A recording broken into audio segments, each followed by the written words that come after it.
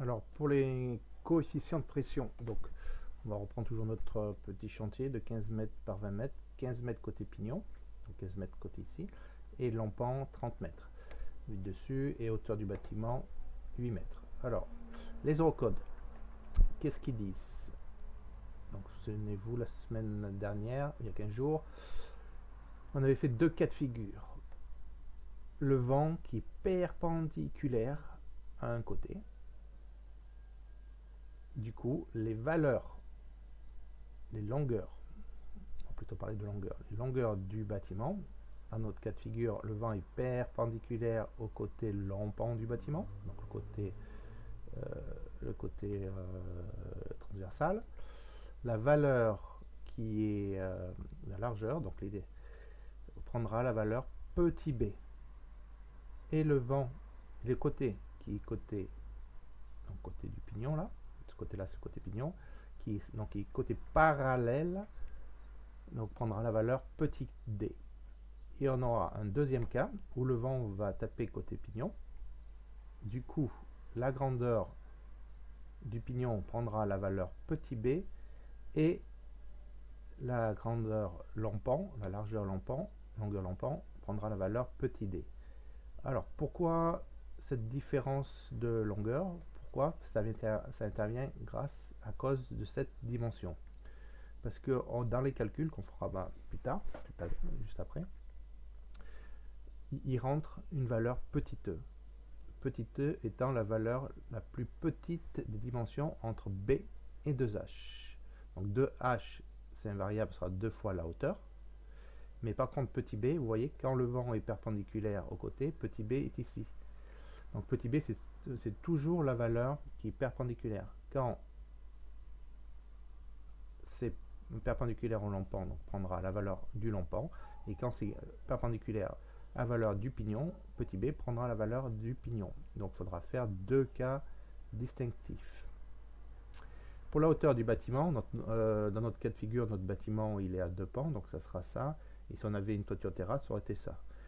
Et les zones où le vent va souffler, on avait vu ça la semaine, il y a 15 jours. Il y a 15 jours, donc le vent n'est pas homogène. Ici, quand le vent va souffler, ce sera de façon homogène, ce sera les mêmes pressions.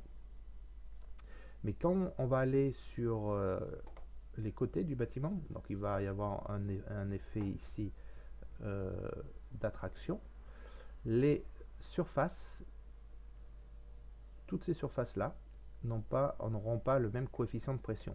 Donc c'est pour ça l'Eurocode a distingué trois zones ou moins, c'est suivant. Donc ces zones A, B, C, ça va varier aussi sur la largeur du bâtiment. Donc c'est encore un autre cas particulier.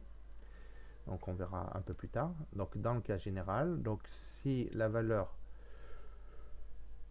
est composée entre trois parties, donc partie A, partie B, partie C, donc les valeurs géométriques, donc la hauteur, ce sera toujours H, mais les largeurs vont différencier par rapport à ces dimensions-là. Donc le petit e qu'on aura trouvé ici, ça sera la somme de grand A et grand B, des largeurs de grand A et grand B. Donc ici, comme c'est la valeur sous le vent, là, petit d, donc ce sera d moins e. Donc d moins e, on va trouver cette partie.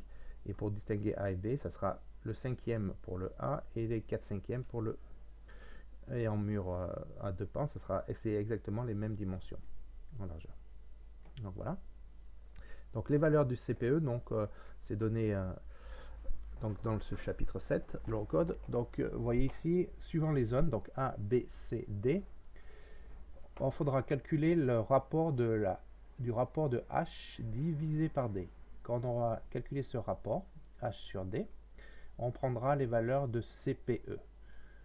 L'Eurocode donne deux valeurs de CPE. Donc on a un CPE appelé 10 et un CPE 1. Donc dans les calculs, on prendra toujours CPE 10. Pourquoi? Parce que les CPE1, c'est destiné au calcul des petits éléments et de leur fixation d'air inférieur ou égal à 1 mètre carré. Et dans les autres cas, donc pour calculer la structure générale du bâtiment, on prendra la valeur de CP10. Donc nous, c'est des bardages sur toute la façade, donc on prendra une valeur de CP10. Donc une fois qu'on aura calculé le H sur D, donc ça sera un rapport, donc c'est entre 0 et 0,25, il faudra prendre ici, entre 0,25 et 1, voilà ici, et 1 et 5, ça sera ici. Voilà, et donc après au niveau des, vous verrez ici, quand les valeurs sont identiques c'est facile, et quand les valeurs sont un peu différentes, il faudra faire intervenir ce qu'on appelle une interpolation. Donc on fera un exemple, je vais déjà montrer un exemple, là on fera un autre exemple corrigé. Donc voilà pour les CP10. Donc maintenant, ce qu'on va faire, on va l'appliquer à notre bâtiment, ici, qui fait 15 mètres par 30 mètres. Alors dans notre bâtiment, donc vent perpendiculaire au mur pignon, donc ça sera notre premier cas. Donc on a vu tout à l'heure, donc petit b, sera 15 mètres parce que c'est perpendiculaire au vent, et donc petit d, ça sera 30 mètres. Donc E mini, on prendra la valeur mini entre B et 2H, donc entre B, donc 15 mètres, fois 2H, 2 fois 8, donc 16, on prendra la plus petite des valeurs entre 15 et 16. Donc E va prendre la valeur de 15 mètres, d'accord, parce que ça sera la plus petite de ces deux. Ensuite, donc D, on va comparer donc E à D, on trouve que E est inférieur à D, puisque 15 est inférieur à 30 mètres, donc notre répartition des vents, ça sera sous cette forme-là. Et on va calculer maintenant les largeurs géométriques de grand A, de grand B, de grand C. Donc la valeur de C, ça sera D moins E, donc c'est facile, D on a vu tout à l'heure c'était 30, moins E, la valeur qu'on a trouvée, donc moins 15. Donc on trouvera 15. Donc ça veut dire que la largeur ici, ça fera 15 mètres. Ensuite, c'est des rapports du cinquième. Donc petit b, ça sera 4 cinquièmes de E. Donc 4 cinquièmes de 15, ça sera 12. Et pour la largeur de A, ça sera E divisé par 5, c'est-à-dire 1 cinquième de 15. Donc ça veut dire que ça fait 3 mètres. Ensuite, pour trouver notre valeur donc, de CPE, donc on fait le rapport de H sur D, H8 divisé par D 30 mètres, on trouve 0,27. 0,27, donc ça va se situer donc légèrement au-dessus de 0,25.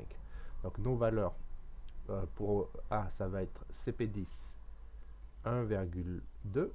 Voilà, pourquoi on prend 1,2? Parce que ce soit 1 ou que ce soit inférieur à 0,25, c'est la même valeur, c'est 1,2. Alors par défaut, voilà, on prendra 1,2. Petit b, on fait la même chose, donc b 0,8, c'est 0,5.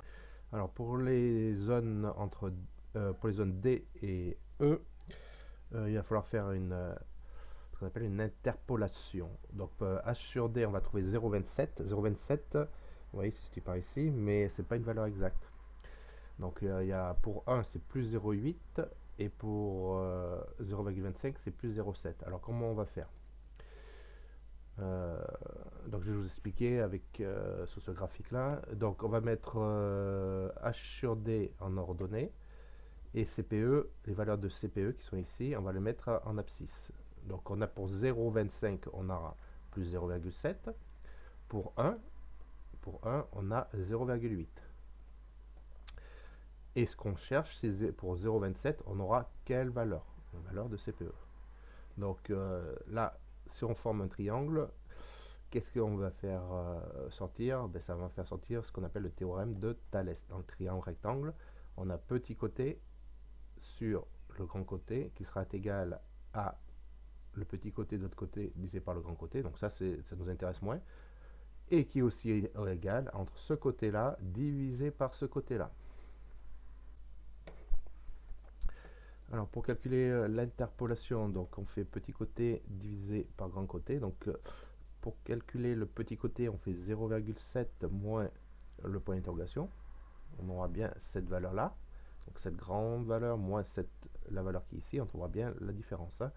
On fait pareil pour calculer le grand côté. Donc 0,7 moins 0,8 qui sera ensuite est égal à la différence de 0,25 moins 0,27 sur 0,25 moins 1.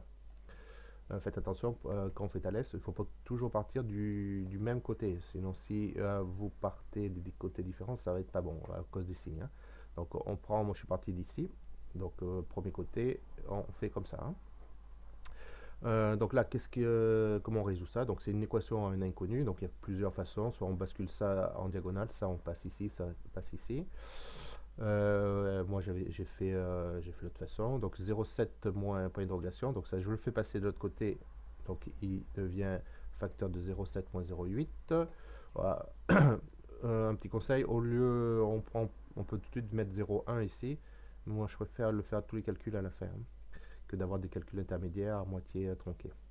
Point d'interrogation, donc quand on fait passer, pour trouver le point d'interrogation, qu'est-ce qu'on fait? On fait passer plus 0,7, donc il devient moins 0,7, et le moins qui est ici, donc il va changer les signes de l'opération, donc le moins 0,7 devient plus, et le signe plus ici devient moins. Après calcul, on trouve 0,703. On regarde rapidement, 0,703, c'est bien, il est bien compris entre 0,7 et 0,8. Comme 0,27 est proche de 0,25, 0,703, donc on peut dire que voilà, on ne s'est pas trompé.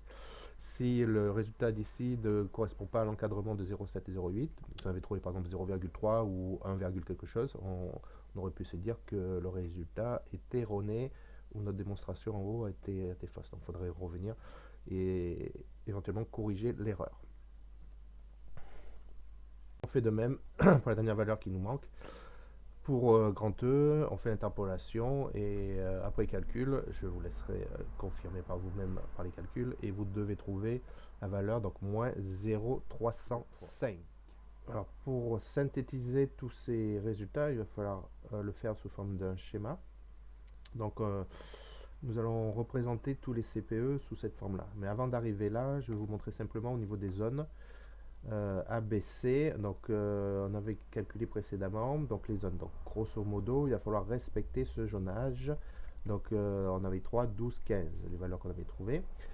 Le schéma final qu'il va falloir faire à la main, moi je l'ai fait sur AutoCAD, donc pour avoir des cotes précises, mais vous ce sera à la main. Donc on va plus ou moins respecter la zone des 3 mètres. Donc voilà. Les CPE, donc en résumé j'ai mis tous les CPE ici, donc il faudra faire attention au niveau du signe. Donc la flèche, quand on est en négatif, en dépression, donc on est flèche vers l'extérieur, et quand on est en pression, la flèche s'applique sur le bâtiment est en couleur verte. Donc voilà, donc ici il faudra faire donc plusieurs distinctions. Donc un CPE vent pignon, il faudra faire tout à l'heure, donc en exercice, faudra que vous fassiez le CPE vent lampant sur la même démarche qu'on vient de réaliser, et ensuite arriver à ce schéma là. Ben voilà, donc je vous rappelle donc les zones, donc A, B, C, la zone D sous le vent, au vent, pardon, la zone D au vent, et sous le vent la zone E, donc en négatif, moins négatif, flèche à l'extérieur. Alors maintenant, pour finir l'exercice, pour continuer l'exercice plutôt, nous allons regarder, vous allez calculer maintenant les valeurs de CPE niveau lampant. Donc voilà, faites attention, c'est le même bâtiment, 30 par 15, mais le vent est perpendiculaire aux 30 mètres cette fois-ci. Et à vous de jouer.